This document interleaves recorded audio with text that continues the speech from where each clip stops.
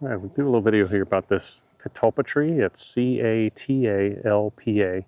and I kind of like to think of it as a history tree or historic tree because I see these all the time at historic places like American Civil War battlefields and American Revolution, various historic sites, historic homes and historic places, sort of on the East Coast, anywhere west of the or east of the Mississippi River, for example.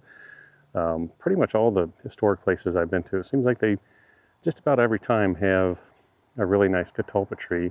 And there's a couple things interesting about these. One of these I got seeds, both of these, first of all, I started these early, well, late winter actually. This past winter, I started them in the house, just grew them from seeds that I collected at a couple places, and I'll mention here in just a second.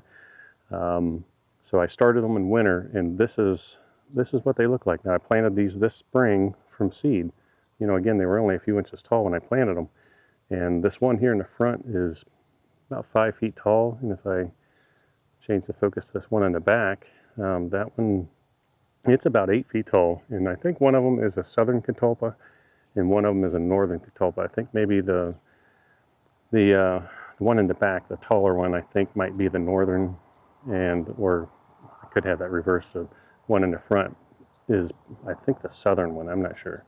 I just remember reading about it, and if you crush the leaves on one of these, the short one there, it has a really strong scent. You don't get that on the bigger one back there.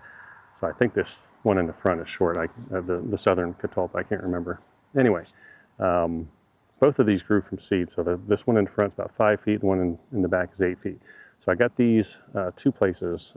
Antietam National Battlefield. It's a American Civil War battlefield, and I believe it's in Maryland, if I remember right. But I collected the seeds there at what they call the Mumma Farm, M-U-M-M-A, I think is how you spell it. It's an old farm and now also a cemetery there on the Antietam battlefield. And if you go to the National Park website for the Antietam battlefield, you can see and read about that Mumma Farm. But that's where I got the seeds for one of these. And the other one I collected seeds at Camp Perry in Kentucky. Camp Perry was, again, American Civil War. It was kind of like an army depot for the Union and the North. And I believe also some African-American former slaves would show up there and join the army and fight against the Confederacy. So that was kind of another big place.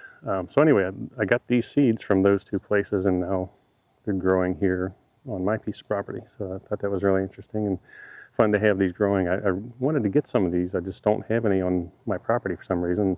They do grow natively here down the road. At some other people's houses I've seen some really big, beautiful catalpa trees. These do get pretty big, maybe 40 feet, 50 feet, and they kind of get a really nice broad spread to them if you give them space, let them grow out in the open like this. So that's really about all that I know about them. Again, they have these really big flowers that grow on them, and then that kind of makes a seed pod, pretty long seed pod, maybe like a foot long, and those will drop off in a kind of really hard seed pod, and again they're long and slender. It's almost like a Slim Jim, if you know what a Slim Jim is here in the United States, a little meat snack. But they kind of dry out, pop open, and the seeds fall out, and that's just what I did. I just collected them right off the ground and grew them here. They do keep their leaves pretty late into fall, which is nice. They seem to be a really reliable tree. Don't seem to mind the drought, and the leaves will kind of turn yellow and looks really nice. So again, that one there in the back, that's about all I can really say about them. I'm just happy they're doing really well. The one in the back, I had to stake it up. It was growing so fast because the wind was blowing, and it would almost break it in half. It was so tall, and the wood is not mature yet. It's not hardened off.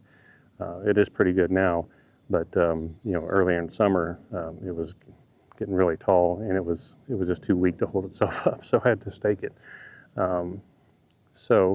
Anyway, for this video, just kind of wanted to do this video, talk about the tree, but also just a little excuse to use the OM system, OM1 Mark II, with my Olympus 75mm f1.8 lens. That's equivalent of a 150 millimeter f3.6 lens, 1.8 times 2, or in 75 times 2 as a 2 times crop factor. Shooting this at f2 right now, so that's like 150 millimeter at f4, and I'm using the natural profile, picture profile, whatever you want to call it, the selection in the camera. We're again at f2, and auto white balance with keep warm colors I think is turned on, and using the DJI Mic 2 +3 on the transceiver here on the DJI mic, and I believe -2 on the microphone in the OM system. So it still gives me a really loud volume, I think, and also not kind of overdriven or too hot, I think. So I wanted to test these audio settings, and it's 4K 60. So anyway, I kind of like the video straight out of the camera here on the OM one.